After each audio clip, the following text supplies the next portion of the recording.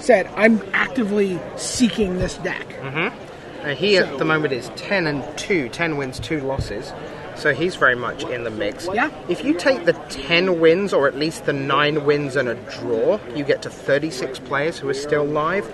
If you decide to risk the fun and frolics of 9-3 getting to 12-3, then you've got an awful lot more people going right the way down to John Millett in 83rd place. Right. But I do not believe there are 83 people who can still win this event. So, on the left, you're going to see Mr. Reed Duke, the Magic Online champion from Worlds 2011, winning in San Two-time Francisco. GP top 8 competitor from last year. Indeed.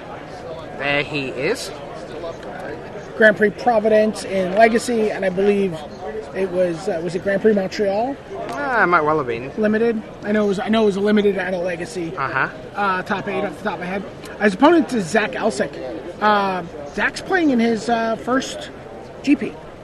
That's tremendous. I had a chance to talk to him. He was super excited. Felt like he actually should have been X and 1. Had 3 buys at the start of the weekend. He did have 3 buys? He did have 3 buys, yeah. He felt like he should have won. He made a very minor misplay where he equipped his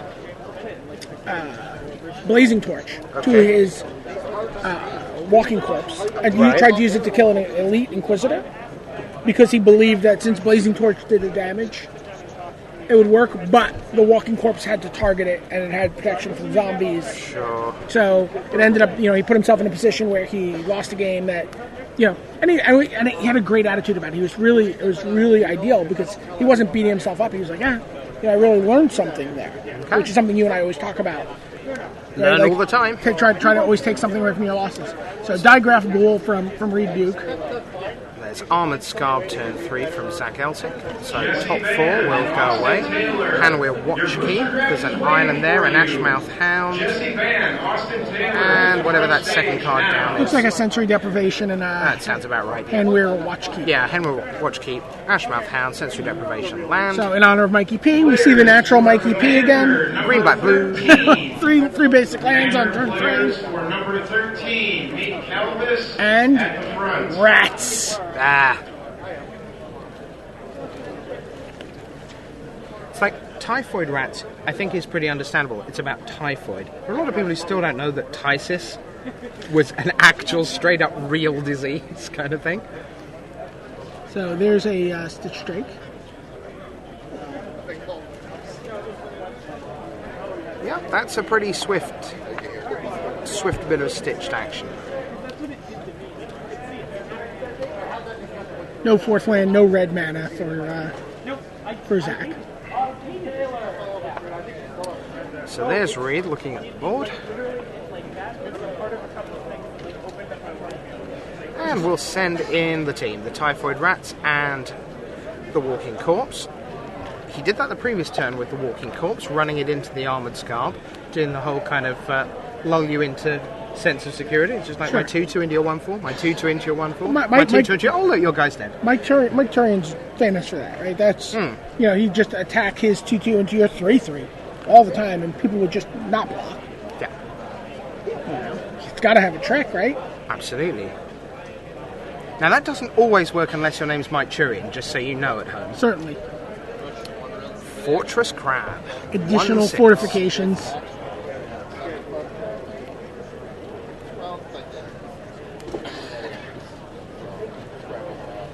So Reed on the left with 4 mana, but with all the colours he needs. Against we assume. One trusts, yeah. Well, that's great to hear. Maybe he wants an odd plains for an unburial rights. So in comes the Rats. This time there will be no walking corpse in, because you just run into a 1/6 and a 1/4 and they double block and... So we head back to Elsik, who, with land number 5, when he finally finds something other than islands, will be in pretty good shape to cast anything. He's in pretty good shape right now, right? I mean, he's just getting in for 3. And he's got his defences, and he's got a 3/4 flyer, sure. I think he'd quite happily trade in a 5th island for a mountain. So as I understand it, Reed Duke has a deck that is what you would define as a spider spawning deck. Okay. He has multiple spider spawnings. Right, that which is often a clue. Yeah, but he's green, primarily green-black. Right. And just does not have any of the velocity that you see normally in these decks. Like, doesn't, have the mulches. He's really looking to sort of stand still the board. So it's almost like spider spawning is just, in a sense, a fireball kind of card, in that you get the game to the mid-game, you stabilize, you get into a grindy war of attrition, and you know that eventually you're going to go, well, actually, here's 8/12s, and then here's another 8/12s, and that's enough to kill you. Right, so you see he just attacked with his Diregraph Ghoul, and there's a Splinter Fright, which he wanted. That's one of the few ways he has to sort of fuel his graveyard. And so he was actively looking to get a creature killed. Sure. And that happens a lot because so many creatures, the blue creatures, want you to exile the Stitch Drake and so on. You're always seeing people, I'll happily trade 1-for-1 because I'm getting bonus value afterwards. Just on the left of the screen there, you see Patrick Cox. He is currently your leader with 3 rounds to go on tie breaks, 11-1. And behind Zach Elsik, you saw Oren Beasley. Ah, right, yep. Actually, people have been confusing Oren Beasley and Reed Duke. They have similar facial structure. Similar. What do you mean, like eyes, nose, mouth? Yeah, that kind of stuff? They look similar. They have similar haircuts, except Oren has the sort of evil Captain Kirk beard. Oh, okay. So they really do look like the good and evil versions of each other. From the ICC 170. Okay, yeah. Yeah, so people have been calling him the evil Reed Duke. Evil Reed Duke. And thank you very much. Land number 6 is the mountain. So let's see what difference that makes. Oh, I see what you mean. Oh, that's very pirate, isn't it? Oh, yes. Similar haircut, similar. Oh, that's superb. I generally take those things you say with a little pinch of salt, but I've got to grant you, I'll look forward to seeing that shot again at some point. That's very definitely the evil. So there's a spider spawn. There's a spider spawning. Guess what? I have two. Thanks. Yeah, so the Forbidden Alchemy is in fact on the right of screen for Zach. Zach has Reed's Forbidden Alchemy. Sure. But Reed apparently reluctantly went into blue kind of late to fill out some spots in his deck. Sure. I'm hoping we get a chance to get him in here to talk about it. Well, I believe that Nate Price was looking over Reed's shoulder and has we do a video of his footage. draft. Video of his draft. That'll be good to see.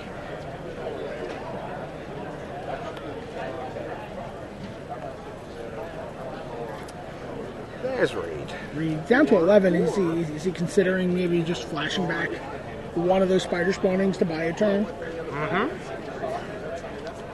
The thing is, it's a serious investment, isn't it? Because at 1-2, generally the spider spawning tokens are great because they're 2 toughness. But at 1-2, it's like kind of put all 4 of them in the way. He'd be paying 7 mana to just fog. Pretty much. No, he's not going to do that. So Stitch Straight will untap. That's the key card right now for Zach. I don't know if he has Knot of the Bone or anything like that. But again, he also doesn't have that ability to make Knot of the Bone an inevitable conclusion to the game. Yeah. He kind of has to draw it. Mm-hmm. In this case, he can flip it with the Splinter Fright. But he just doesn't have that critical mass of graveyard enablers. And a mystery card. I'm going to guess that it is Pitchburn Devils. Well, and Village Ironsmith. No. Oh, is that Heretic's Punishment? That is Heretic's Punishment. Wow. He's got to tap 2 more mana there for that, yeah. Yes. So that was for that. And then can I have Village? Yeah, there you go. Yeah, indeed. So Reed potentially in quite a lot of trouble here. Remember, if you've not played much with Heretic's Punishment, it isn't a tap ability, it's as straightforward as 3 and a red. So if you can get to 8 mana and have 2 mountains sitting there, do it twice. And he just tapped 7 mana this turn, so he's 1 land away from being able to activate it twice. Yep. And he has the second mountain because land 6 and 7 were both mountains, which enabled him to go Punishment and Ironsmith the previous turn. There you see it on the right. Reed is thinking at the end of his turn. Victim of Nights. My own guy. Yep. Flips Forest. Not very exciting flips from the. I mean, he's really hoping for some whiffing from Zach Elsik here. And Zach Elsik playing in his first Grand Prix. Yes. Going into the Magic Online champion of the world. Of the world, indeed. Typhoid Rats. I'm going to attack anyway. Hop in. First strikes it. Like if you're just going to give me a free card, I'm going to take it on my Little Giant Smith first strike. Like I'm just going to, honestly, he's like for the rest of this game, I'm just activating my Heretic's Punishment. So there's 3 Spider Spawn tokens, which is not really terribly exciting. I mean, you can never get through with that. You can't get through with his stick streak anymore. Oh, sure. No, that's good. Let's see what we got. That'll be a mountain. That'll be a couple of... Yeah, Hammer Watch Keep. And is that a Devil's Play? I fear it is. But at least the flashback's 3 red. Yep. So as long as he never draws a mountain ever again, it'll be fine. Eat one of your spiders. Rewinding 24 hours, your advice please, for newer players, or me. Devil's Play, splashable? Is it like you play blue-white and you play a Devil's Play even though you're never going to flash it back? I mean, would you play Blaze if you could never flash it back? Yes. Would you play? Yeah, I mean, So, historically, it's a very splashable card. I mean, especially depending on your deck and how you do things. I mean, if you have the ability to do 12, 14 damage, you know what I mean? You have that early rush deck. Yeah. And then let's just finish you. P.S. Demon Fire You, yes. The famous Jordy Tate article series. Yes. He's someone I'd like to read more of. It's like whether you like what he says, don't understand what he says, hate what he says, any of those doesn't matter. But boy, oh boy, can that man write! One of the great writers of the game. And interesting, one of the great writers who isn't a theorist, because a lot of the great writers are traditionally the people who have advanced global understanding of what magic is under the hood. But that isn't really Geordie's thing. Geordie is more about people and thoughts and philosophy and outlook and world view. His P.S. Demon Fire article, which I'm pretty sure you can find in the Star City archives, is just one of the most epic, hysterical, perfectly constructed term of words. His Luis Scott Vargas. Oh dear. Moto Cop. Yep. Phenomenal. Very funny. That'll be $79.99 plus tax, Geordie. That little infomercial. You see Reed sideboarding. I mean, you definitely see, to me, a hallmark of the professional players. They're always fine-tuning. This is Kenji, isn't it? Kenji Samura said famously, there has never been a sealed deck where you shouldn't be looking through every card available in your board and almost certainly changing something. But even in draft, you pick up cards and you're like, oh, this might be good in my deck. And sometimes you have a lost in list, which you're like, oh, this isn't great, but I kind of want to have it as a fail-safe, as a backup. We saw David Ochoa bring in Lost and Mist early today. It was a card he was like, well, I have this in my sideboard, it's here. And then he brought it in, and it just gave him that security of knowing he could punch through, he could resist some kind of late game spell. I think that's one of the ways that is almost hidden in the way that pros beat, not non-pros, but players who are newer and less experienced, is that in draft, when you're less experienced, you are scrabbling around for cards that you need in your main deck. You are short on creatures. You haven't got the marginal removal spell that you have to have because you didn't get the good ones quickly enough. So you're desperately scrambling around for cards 20, 21, 22, and 23. Whereas the pros, they've got 9 from pack 1. They've got 8 from pack 2 at 17. So they've quite happily gone already at the back end of pack 2. Yeah, I'll have that naturalised that I'm not going to play, but just in case. And not even that they're not going to play it, right? Like that they just. Sure. It's like it's sort of on their to-do list, right? Yes. I like to have one of those in my sideboard. But they get to do their to-do list, which a lot of players don't. Sure. So wouldn't it be nice if I had that land kill spell and I had that thing that just negates enchantment? Or even sometimes, saying like, hey, there was no naturalized, but I did pick up this urgent exorcism, and in the case of emergency, I can splash. You know what I mean? Yes. I can splash that, or I That's can right. splash the naturalized, or I can. A lot of people focus on almost like hate drafting, right? Taking cards, they're like, oh, I don't want to face this card. I don't want to face this card, but really, you just want to be thinking about how you can just make your deck better in every game scenario. Simple math says that you are more likely than not to not play against any given card, because there are 4 opponents you won't play and a maximum of 3 you will. But you always remember the time you passed the bomb Sure. and got crushed. Well, that's silly. But you always remember it. Yeah. You don't remember the times that you passed the bomb and nothing happened. Absolutely. Those are invisible to you. We are away with Armored Scab on turn 3 from Zach. That might have been a Geist Flame before. I'm not sure. No, I don't think so. I think it was a Devil's Blade. I'm pretty sure it was. There appeared to be a little space on the screen, a couple of pixels high. Markov Patrician, Lifelink. Not an amazing card here, but Just your straightforward, fine, perfectly presentable, middle of the road guy. Or in this case, middle of the road Geist Flamed. The Scarb attacks for 1. First time I've said that this weekend. Generally sits there like a wall. But not this time.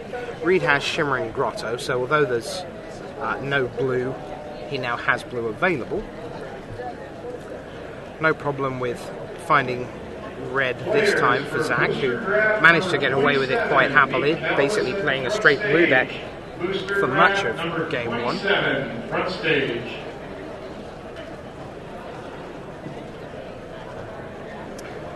So there he is. Makeshift Mauler. For 5, you got to remove a card. So that's where you see that synergy of the Armored Scab, where the blue-black mill yourself strategy that people were talking about as far back as Worlds in Chile and San Diego. But that's exactly the synergies they're talking about. I lost a card that I'm never going to play. Oh, never mind. It made me get a 4/5 on turn 4. A Hollowhenge Scavenger? Yes. Yeah. It has a morbid trigger on it. But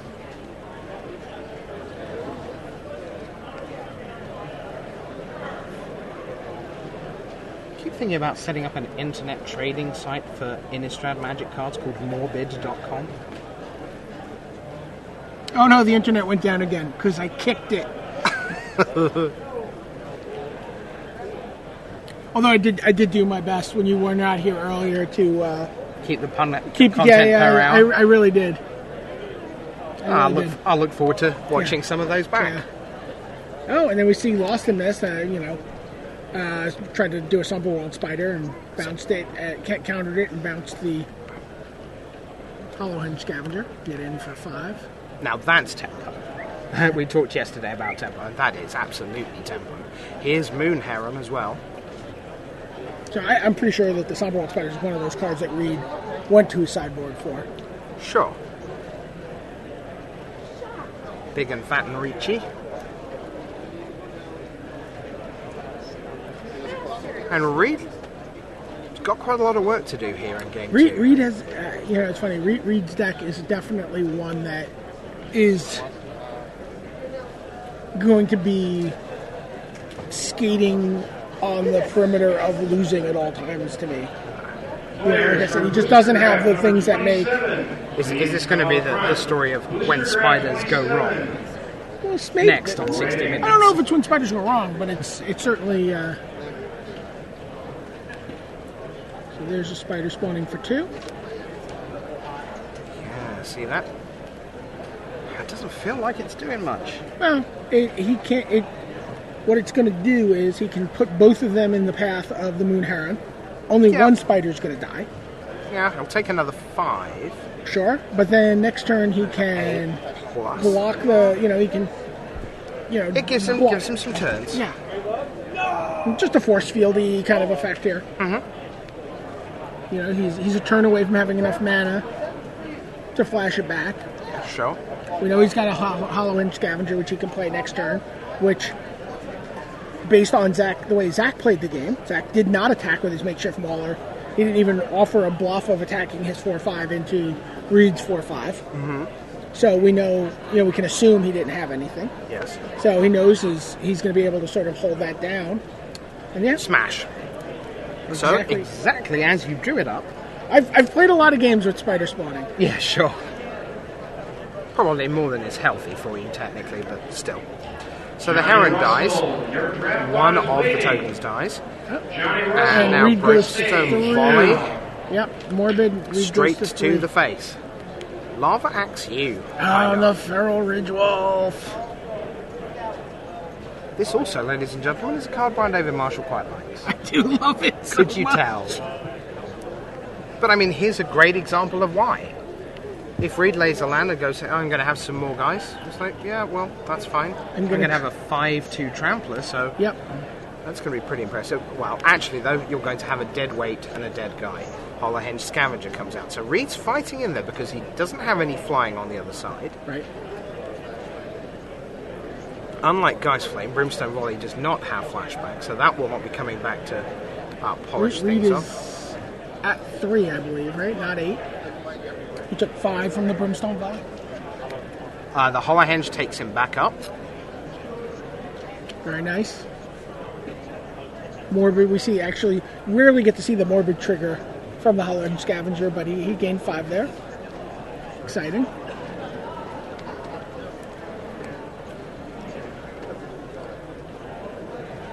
So Is that a Heretic's Punishment? I think it might well be.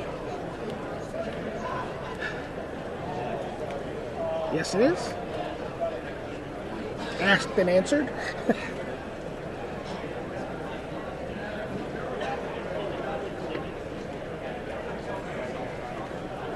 Currently it's 6 mana, Zach, so 2 away from being able to activate the punishment twice. Turn. Oh, there's another sideboard card.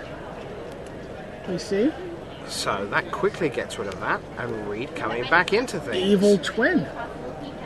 Copying the Makeshift Mauler. So now he has a pair of 4/5s. I'll answer to one of them on Zach's side of the table. And so it's great. I mean, this is what you want to do. You look at what your opponent had. Yep. Yeah, he's like, I really found myself under the gun from that flyer. I found myself finished off by Heretic's Punishment, this powerful enchantment. That's kind of expensive, and maybe I have a little bit of time to draw my Naturalize, and went and got it. Yep. Great. Sensory Deprivation goes on the Hollow Hinge Scavenger. So we have a 1/5.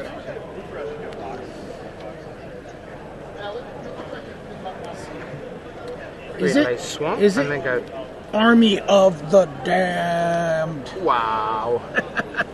Excuse me, Judge. I need 13 zombie tokens, please. Quite enjoyed the way Zach just picked up his one card in hand just to make sure it didn't say, Temblor. for example. Oh, look again. No, still isn't. How about now? No. And what about that one that I've just put in my hand? That wasn't either. Good game. Good game. And I'm very disappointed we didn't get 13 physical zombie tokens. Yeah. Just kind of all shambling up together. Indeed. So, Reed Duke, your Magic Online champion, has equalized it up in round 13. Or the good Orin Beasley, as we could refer to him. So these players at 10-2 coming into this round. If the winner here may well be able to go win the following round and then ID in, it may be that 12-1-2 gets you in. Looking at the draw bracket further down, there are 4 players on 28 points. Melissa DeTora, Jason Cornell, Josh Magelson, and Eric Shen. Well, both of these players have 2 losses, right?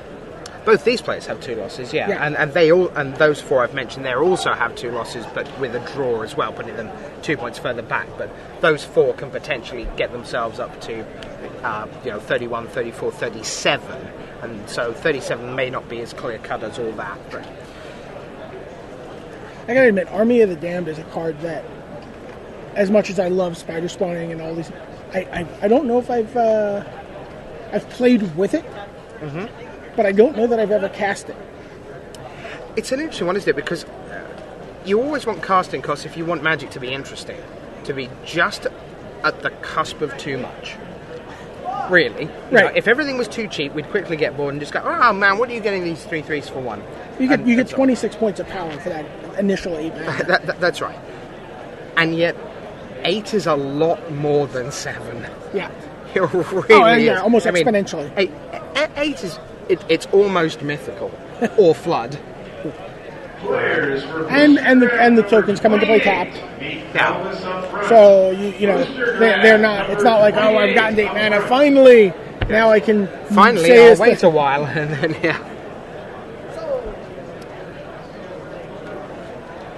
We're talking about cards people hadn't played, and Rooftop Storm. We're like, it'd be very interesting if Army of the Damned had been tribally stamped, so that you could be like turn 6 Rooftop Storm. Wow. Play my Army of the Damned. Sure.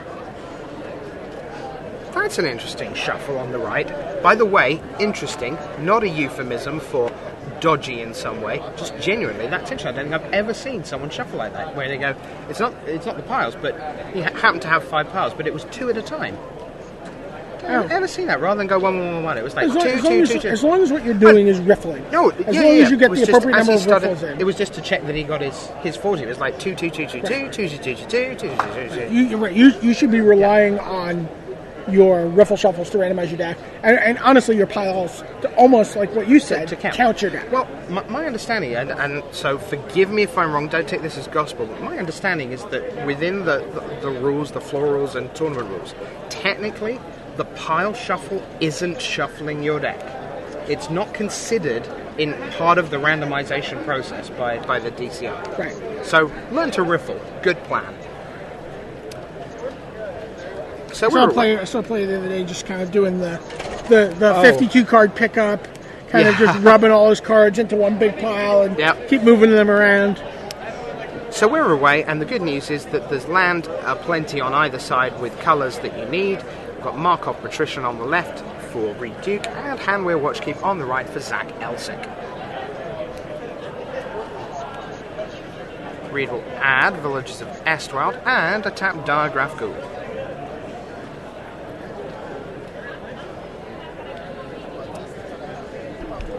Double red now for Zach.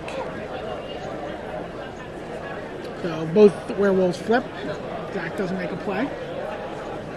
So we got a 4/6 and a 5/5. The 5/5 on the red side must attack every turn. Indeed.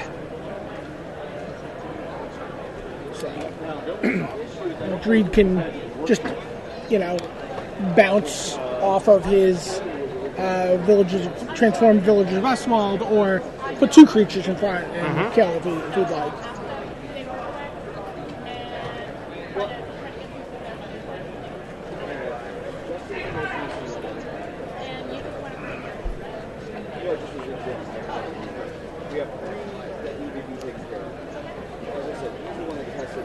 Reed says go. So that's pretty much his plan. Just watch the 5/5 run into a wall Probably of death. to a 4/6 and a Diagraph Goal. Okay, he doesn't risk the 3/1. Yeah, he'd like to attack with the 3/1. Sure. I mean, Zach hasn't had much of a play. That seemed an eminently good exchange for Reed. Diagraph Ghoul for Watchkeep. There's Makeshift Mauler, so once again you see the graveyard value coming into play.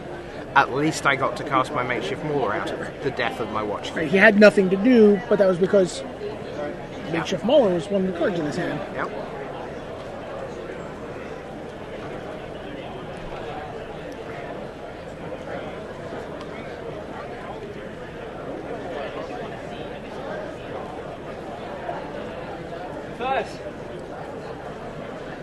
Reed happy to let his deck tick inexorably upward in mana, get to 7, 8. Yeah. Flashback mana. There's an interesting tension for players. One of the things you always try and teach inexperienced players is there's no rush. You have something, it doesn't mean you have to do it. There's no rush. Yes, you can get rid of that. Yes, you can trade for that. There's no rush. Think about the match we watched with Paulo Vitor Damaderosi yesterday, where Paulo's opponent casts Blasphemous Act. Eric Froelich. Yeah. Eric Froelich with a Rage Thrower in play. And Paulo is holding Harvest Fire. Yep. He could very easily just kill the Rage Thrower and not take any damage. He's like, no, I'll take. I'll go to 6. Take a bunch. 6 is reasonable. Yeah. Desperate Ravens, a card that has seen extensive constructed play. Oh yes. That to me feels like one of those sneaky uncommons that you definitely, if you're a tournament player, you definitely want to have a couple play sets of that sort of stashed away. And the random card that vanished was Armored Scarp.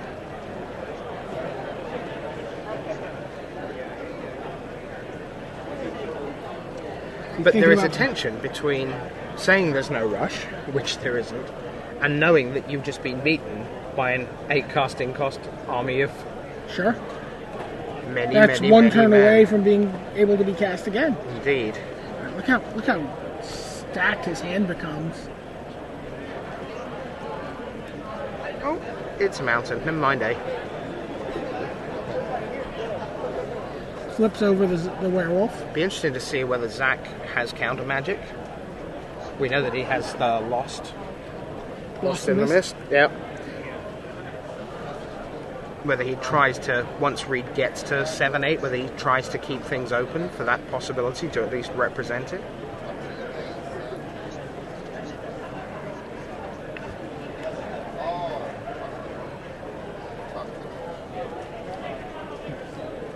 Reed takes 4 here. Chooses not to go for the double block, which would kill both his guys.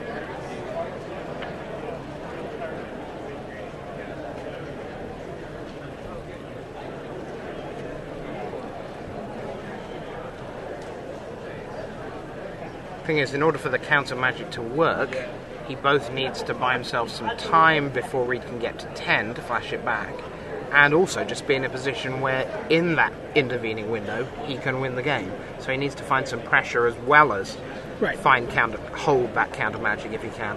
What he really wants is to have it dissipate rather than the Lost in Mist, because at that point he's still got some functional mana to work. Gives you a... Oh, Lost in Mist is great. I just mean purely in terms of what else he can do with his mana if he's trying to hold open against the possibility of the army.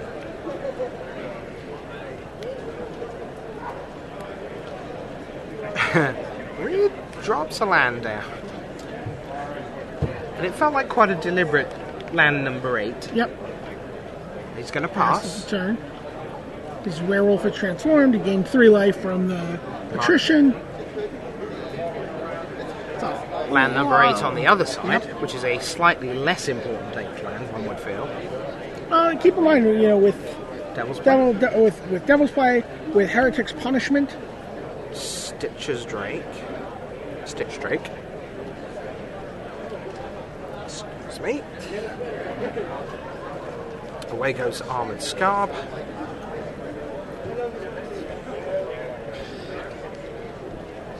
So with 8 land, Devil's Play does straight 7 to start with, and deals another 4. Sure. Kills. So that's 11. Kills a werewolf and a. Yeah. Reed untaps with Marco Patrician, and the wolf's at the door. Up against a Stitch Drake and a tapped makeshift mauler.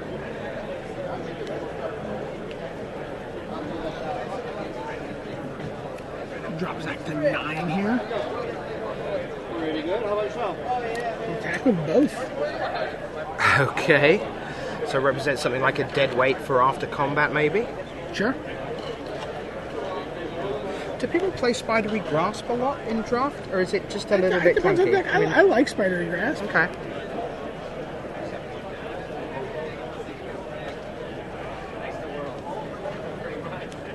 Two creatures in the graveyard. Okay, so Play a it's spider spawning.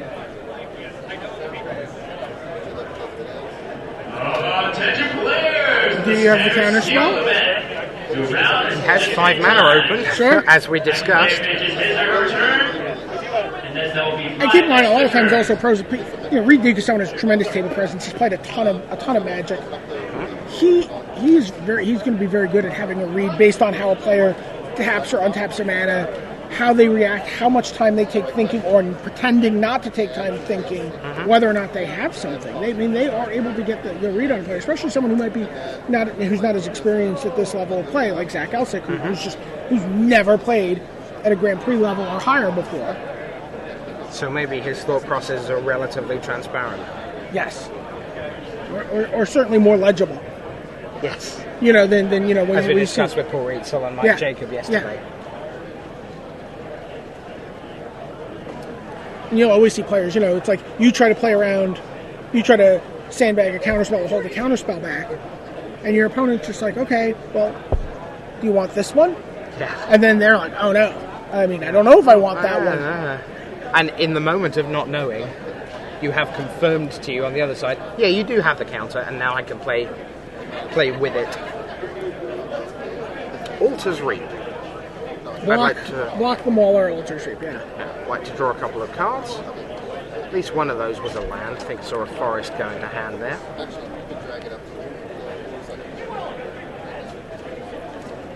Reed's at 15, Zach's at 9. This is game 3. A loss is, certainly not fatal, but Puts you onto the edge where you have to win the last 2. you need some good stuff to happen for you. So Feral Ridge Wolf and a Sensory Deprivation. That's also going to flip the Werewolf. Indeed, so. The Werewolf should be flipped down. Which is something that Zach points out. Yep. Island drawn by Reed. Still 5 mana available to Elsik. She's certainly still representing the Lost and Mist. And representing it very physically as well. The fact that he hasn't just sort of taken them out from... Because you can sometimes play games with...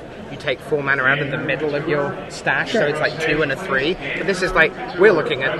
There's 5 mana sitting on its own, waiting to do cast things. Spider Spawning. What are you going to do? Oh, and we see the Lost and Mist. Yep. Now he's thinking about it. He's thinking. Is this the time I deal with it? No, it's not. How about my Splinter Fright? Can I have that? I mean, even that you probably don't argue with, do you? I don't know. It's starting to get pretty busy on the table.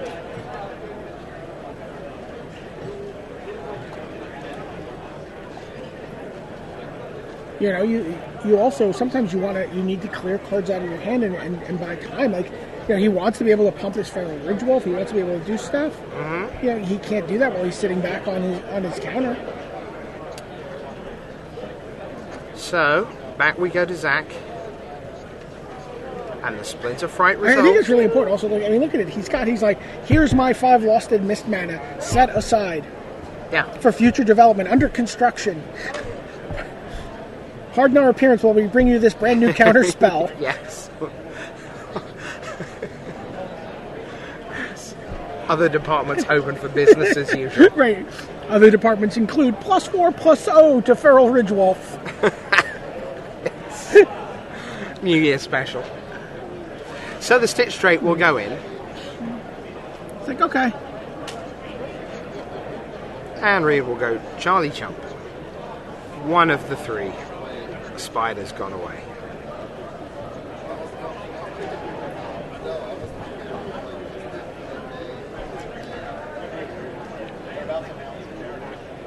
And Zach now.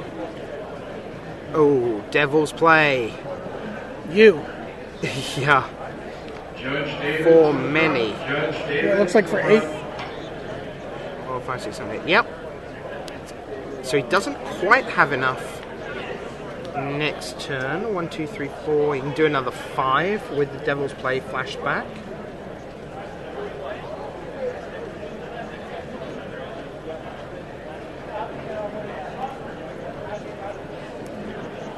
This is probably Another Altars Reap. Yep. This is probably the busiest board we've seen all weekend. Yeah. Standard 25. It's a lot of colour on your screens back at home, wherever you are around the world. Play another land, and are we going to make 26 points of power in our open window? Nope. We're going to gain 5 life with a Hollow Hinge Scavenger. Nice interaction with Altars Reap. Going to claw our way out of Devil's Play range. Yep. So Zach will continue to be patient in that he can attack with his Stitch Drake, and Reed will continue to put his 1/2s in the way, one presumes. I believe he's got 2 more sources of those 1/2s in his deck. I believe he's got 2 more Spider Spawns. Oh, really? So, okay. yeah, and he has the opportunity now to draw them or mill them. He's basically drawing 3 cards a turn with the Splinter Fright. Right? Drawing a card for the turn normally, and then putting 2 cards in his graveyard, which could be flashback spells.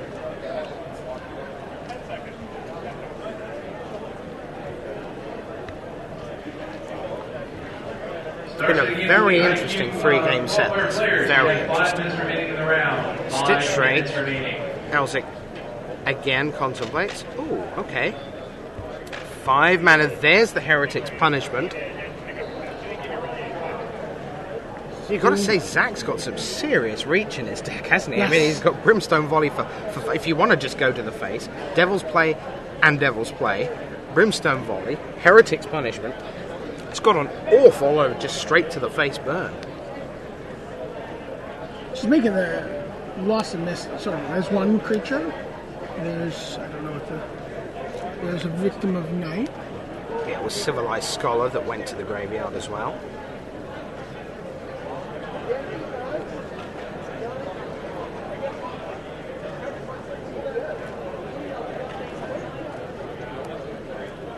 Sorting of mana for Reed Duke.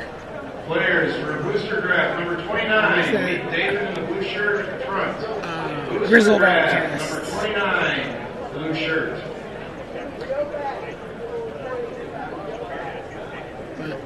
Player Joe Bass. Heretic's Punishment. Standard number 25. Joe Bass. There's a Geist Flame Take in 2. there. I think that's a Deranged Assistant. Yeah. So Reed goes to 10.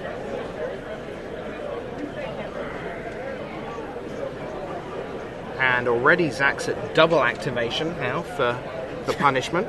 Close to triple. Yeah, two away from that. Attention players! The standard sealed event! The round 5 pairings are now being posted. In case you didn't know, the judge program now uses AM DJs to announce their events. 1089 Austin FM.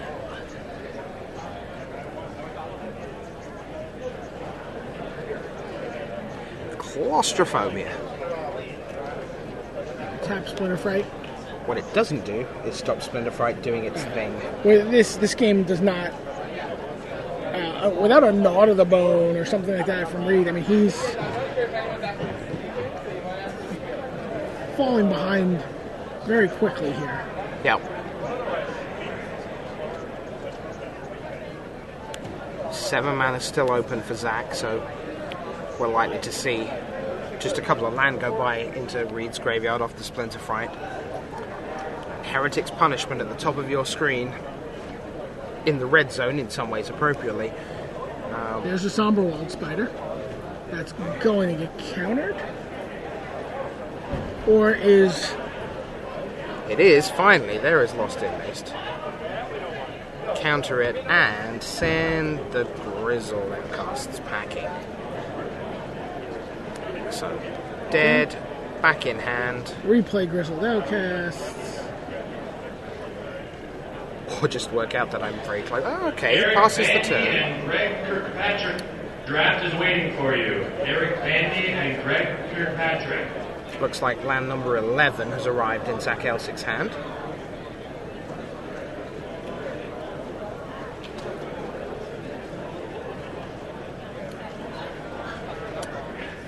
Okay. And amongst other things, Feral Ridgewood can Draft is ready. be It's additional reach. enormous. Yep. It's an 11-2 trampler, potentially. Reed There is has not some of the bone. instantness. Yep.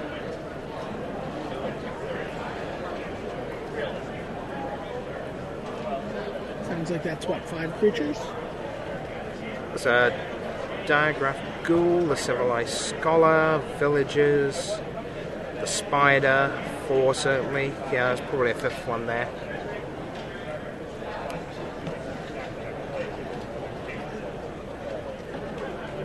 Pumps it twice. Sure. They both die, so again, Reed fighting away in here. There are just, by the way, just 3 minutes left in this round, so they're really going at it here. I mean, presumably there's no way this ends as a draw, given that there's Devil's Play and Heretic's Punishment sitting there for Zach. Do we know if Reed has a runic repetition? I don't know. I mean, if he has, it gives him a shot of going Gnaw to the Bone and then get it back and do it twice more to kind of cling on desperately for a point. Or he could just... Attention players in the standard Do this, yes. Round 5 is Army? now beginning. You have 50 minutes to begin play. Huh? Wait, thinking? Is he working He's out whether only he a- needs to Gnaw first? I'm sorry, the Star Is that- City is that the- qualifier time has ended for the Like, round. can he afford to make the army this turn and hope to not die before they get to untap? He's gonna go for it. So if you have a counter spell. So, there's no counterspell. So I have There 13. are 13 guys on the table for Reed Duke. And now, we will get into Heretic's Punishment mode. Reed is at 13 right now. There are 2 land there, a Geist Flame. No, Was it's it- Brimstone Volley Oh, and is it? Fortress Okay. Grab. So he takes 4, Okay. he goes to 9. Okay. So And Reed there's- has to gnaw here before his opponent untaps and can And Devil's activate multiple times in response. It's gaining 12 or 14. I'm not... Such a great game.